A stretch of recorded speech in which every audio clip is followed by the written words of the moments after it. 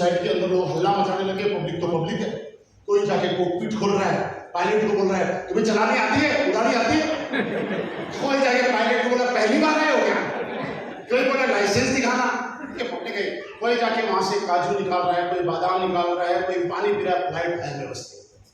Air hostess बेचारी side में जाके खड़ी होगी, उनको कोई नहीं सुना। फायर ब्रिगेड की गाड़ी आ गई, एम्बुलेंस आ गई, इंडिगो की बस आ गई।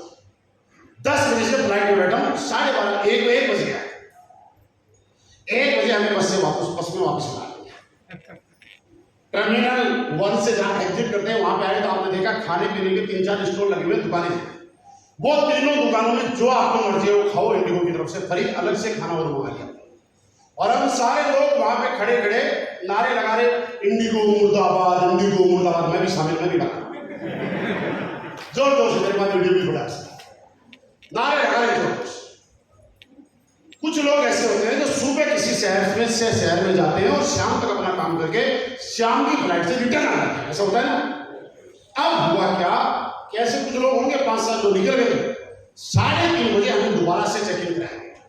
10 बजे से एयरपोर्ट पे हूँ, मेरी 3 बजे से इंदौर में ट्रेनिंग थी, 3:30 बजे मैं चेक इन कर रहा हूँ।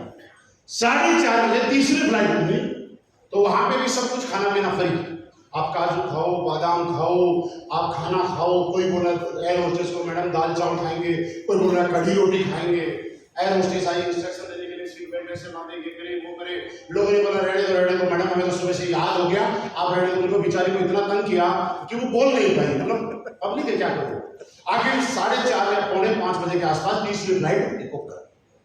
मैं जब इंदौर पहुंचा कंट्री इन होटल के अंदर, तो मेरे लीडर नेगेटिव, आज ही तो आप ताली बजा रहे हो ना, आज तो मैं रात को 12 बजे भी सेशन दूंगा ना, तो आप यहां बैठ के ताली बजाओगे, क्योंकि आज आप मुझे अपलाइन मान चुके हो, आप इस सिस्टम का हिस्सा बन चुके हो। लेकिन जब आदमी पहले दिन आता है आपके प्लान के अंदर और पहले दिन उसको बोला जाता है ताली बजा, मैं नहीं बजाऊंगा, मैं कोई ताली बजाने वाला थोड़ा ही। फिर उसका मन करता है आसपास के लोग देख के बजाने का, क्यों? फिर उसको बोलते हैं यस या नो बोल, बस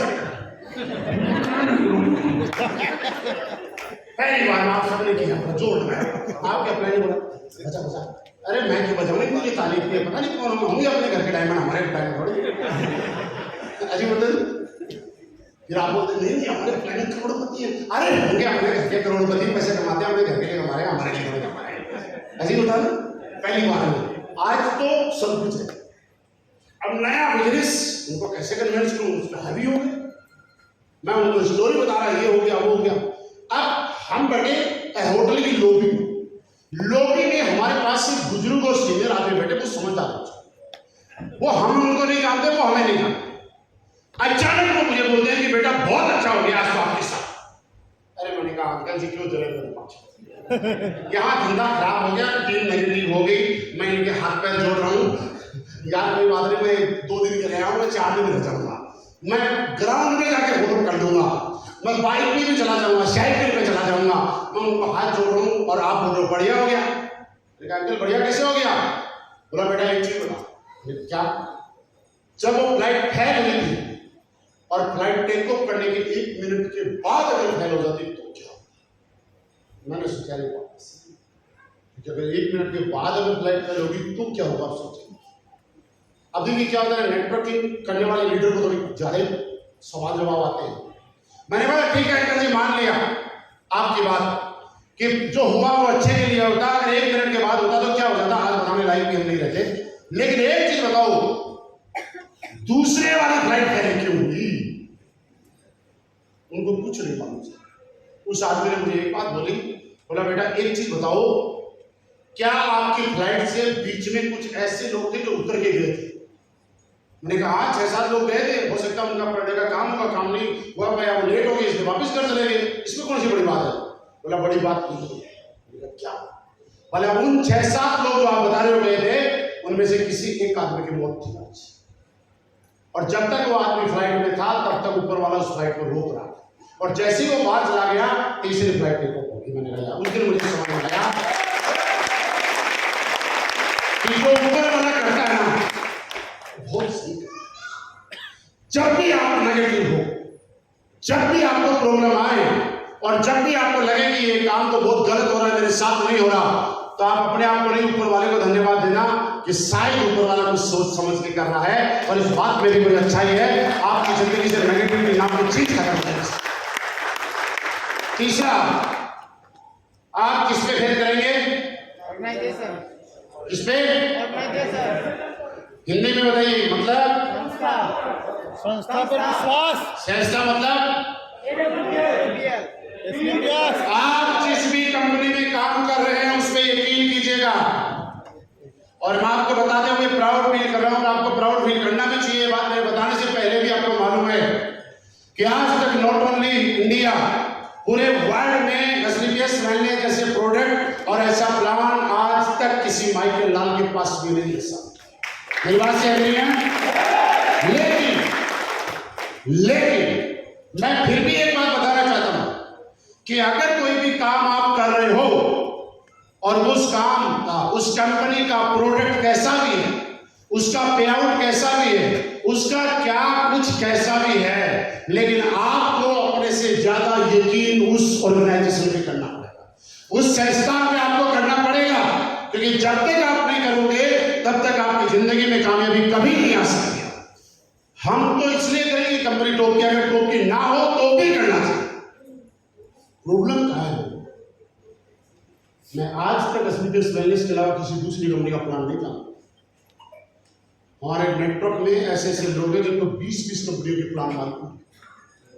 नेटवर्क में ऐसे ऐसे लोग हैं जिनको 20-20 कंपनियों के लीडरों के नाम मालूम है। ऐसे ऐसे लोग हैं जिनको 20-20 कंपनियों के मालिकों के नाम मालूम है। लोग हमें पूछते, सर इस कंपनी का नाम सुना आपने? मैं तो नहीं सुना। जब मैं सुनूं क्यों, फायदा क्या है?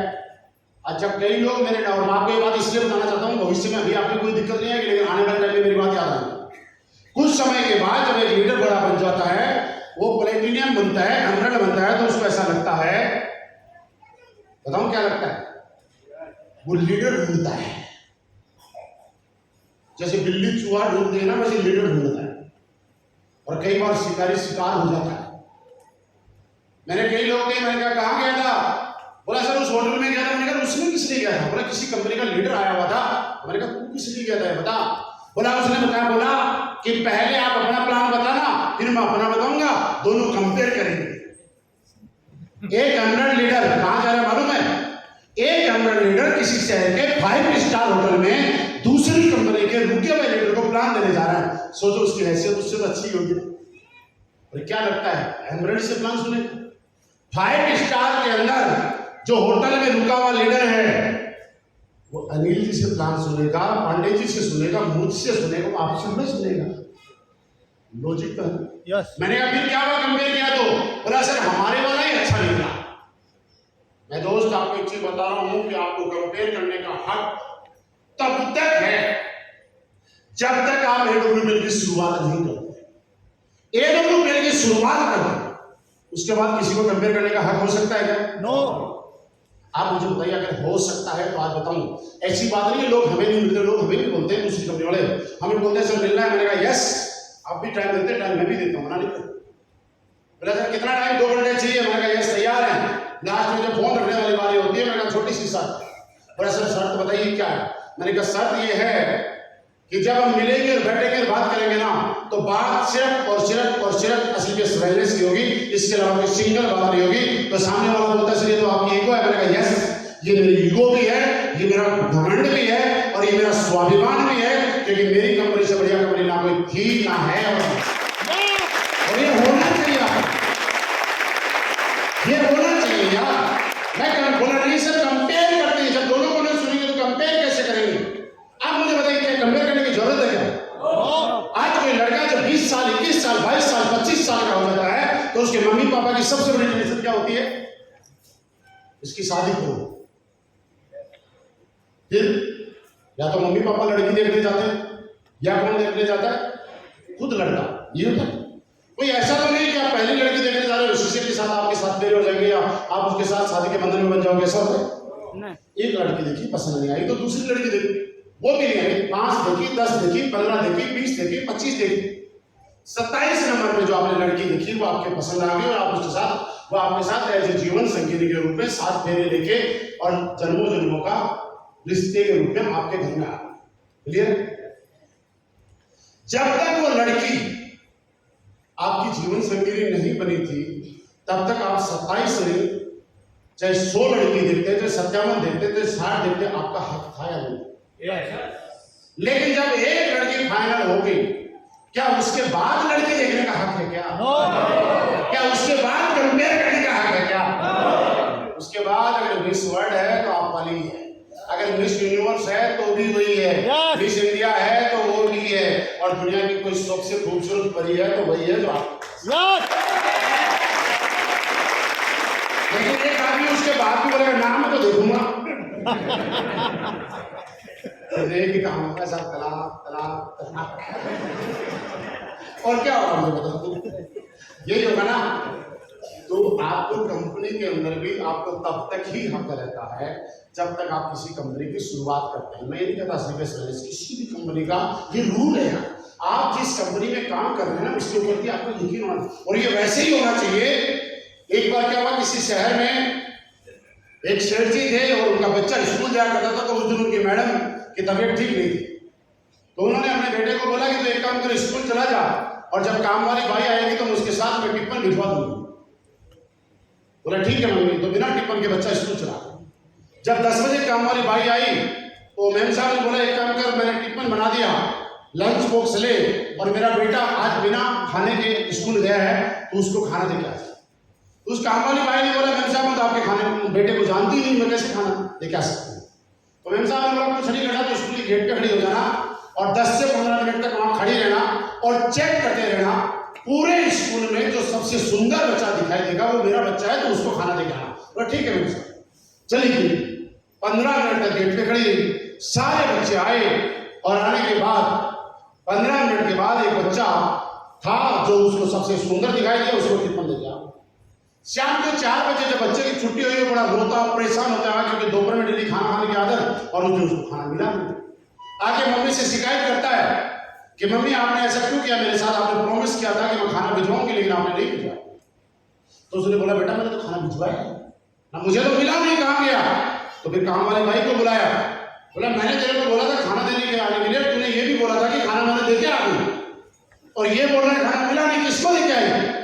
मेम साहब जब मैं गेट पे गई थी आपने ये बोला कि पूरे स्कूल में चेक करना, जो सबसे सुंदर बच्चा होगा उसको खाना देके आना, और मैं 15 मिनट तक स्कूल के सारे बच्चों को मैंने देखा और पूरे स्कूल के अंदर मेरे वाले बच्चे से सुंदर बच्चा मुझे कोई दिखाई नहीं दिया, इसलिए मैं उसको नहीं दिया।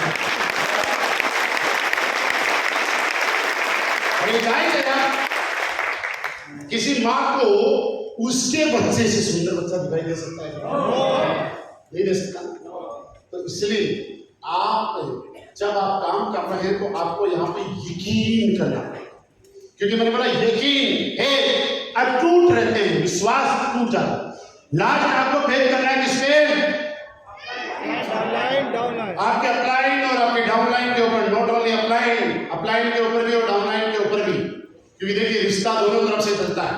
अपलाइन कितना ही अच्छा हो, अगर डाउनलाइन अच्छी नहीं है तो भी रिश्ता नहीं चलेगा, और डाउनलाइन कितनी अच्छी हो अगर अपलाइन अच्छी नहीं है तो भी रिश्ता नहीं चलेगा।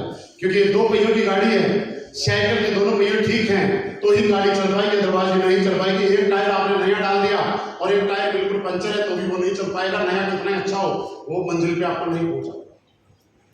आपको एक चीज आज खत्म करनी पड़ेगी और एक समस्या खत्म करनी पड़ेगी, अपने ब्रेन से खत्म करना पड़ेगा, क्योंकि अक्सर लोगों की जब अपलाइन से नहीं बनती है तो मेरे पास तो बहुत सारे लोगों के फोन आते हैं, सर सब कुछ तो ठीक है, इसके नीचे काम नहीं करूंगा, मुझे कहीं भी लगा दो, इस मेरे आईडी से इसको चेक बनता मुझे बता दे।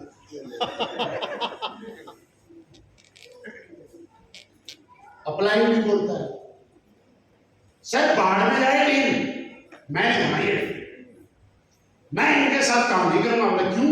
मेरी बात नहीं मानते, मेरी इज्जत नहीं करते, मेरा रिस्पेक्ट नहीं करते, और जो लोग मेरी बात ना माने मैं उनके साथ क्यों काम करूं?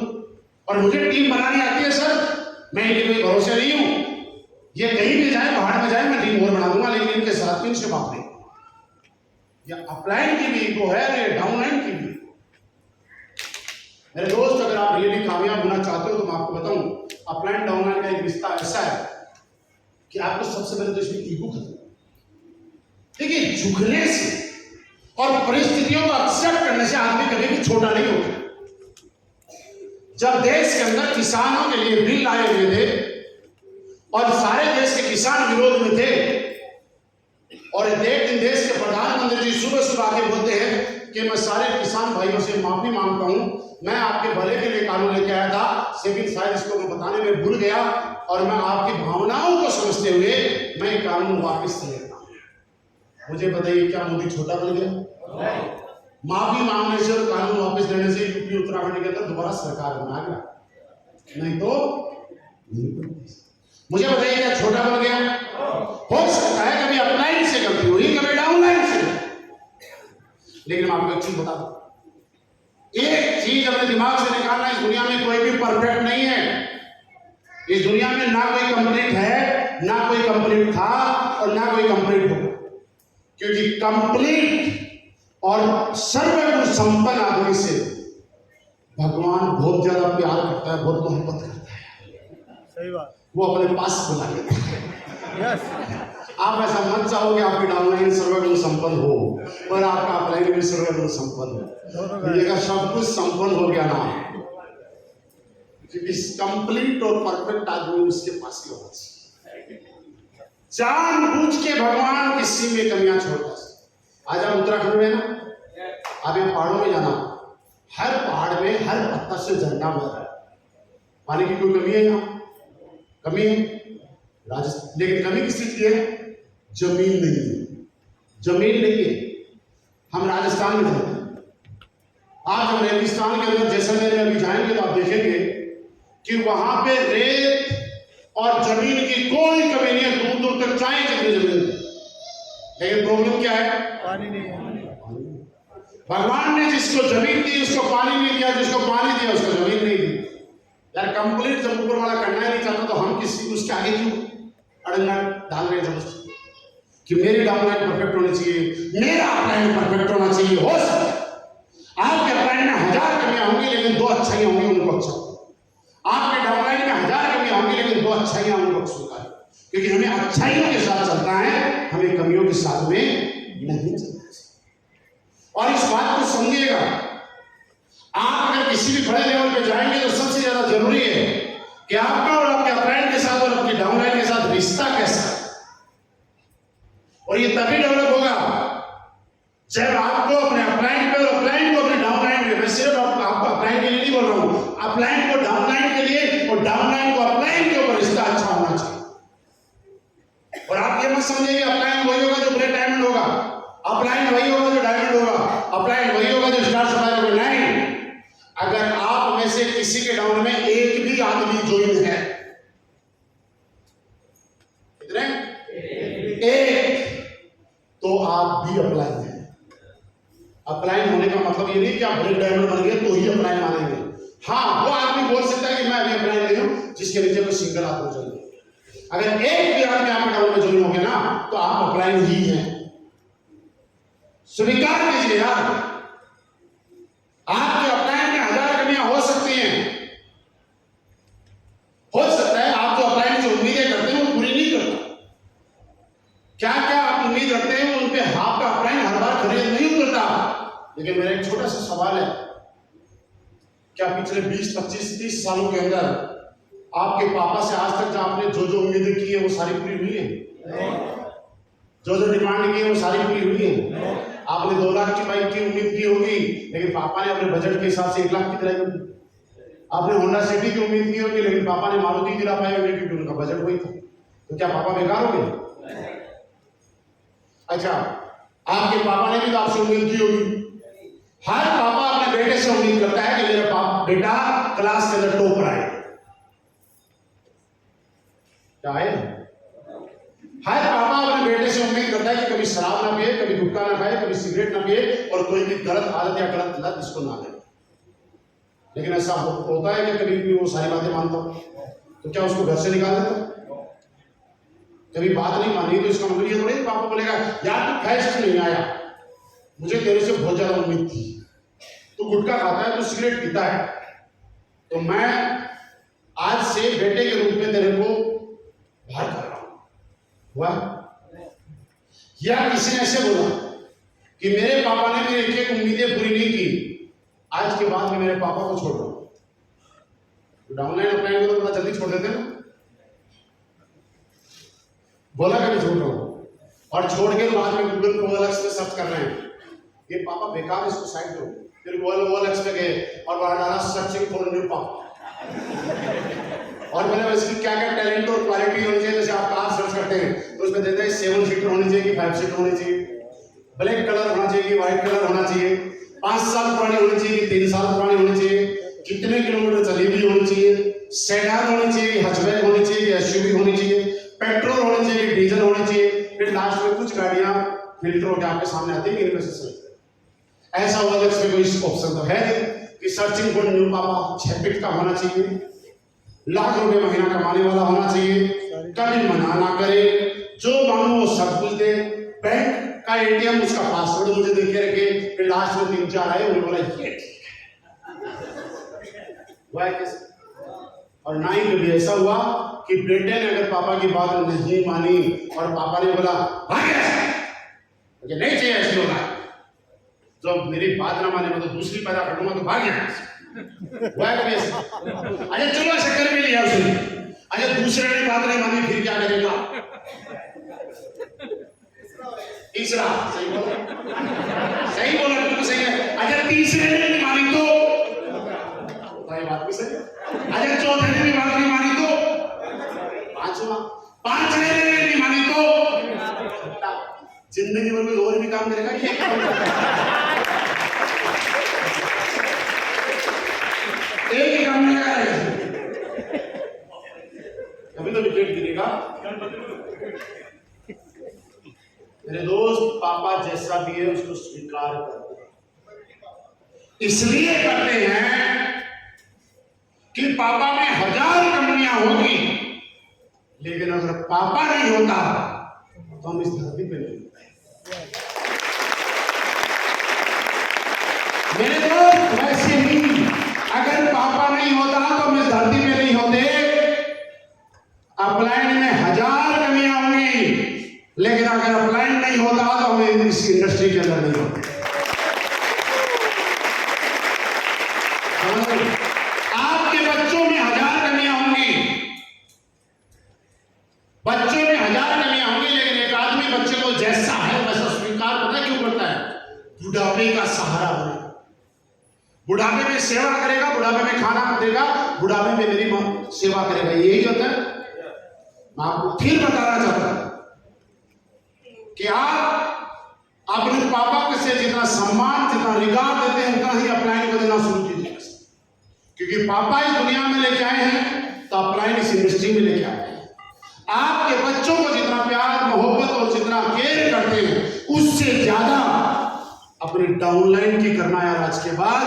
क्योंकि जब आपकी डाउनलाइन जो है, आपके बच्चे आपके बुढ़ापे का सहारा बने या ना बने, लेकिन मैं दावे से कह सकता हूं, अगर जितनी केयर आपने बच्चों की करी, जितना प्यार आपने बच्चों के प्रति दिखाया, अगर उतनी केयर और उतने प्यार अगर आपने अपने डाउनलाइन के साथ दिखाया, तो मेरे से लिखवा के ले जाना, आपकी जिंदगी में बुढ़ापा आएगा भी।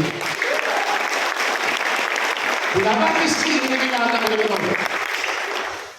बुढ़ापा गरीबी में आता है, अमीरी में बुढ़ापा नहीं आता है। बुढ़ापा गरीबों को आता है, अमीरों को नहीं आता है। जब 70 साल का एक आदमी हो जाता है, 75 साल का एक आदमी हो जाता है, तो घर में कहां पे रहता है?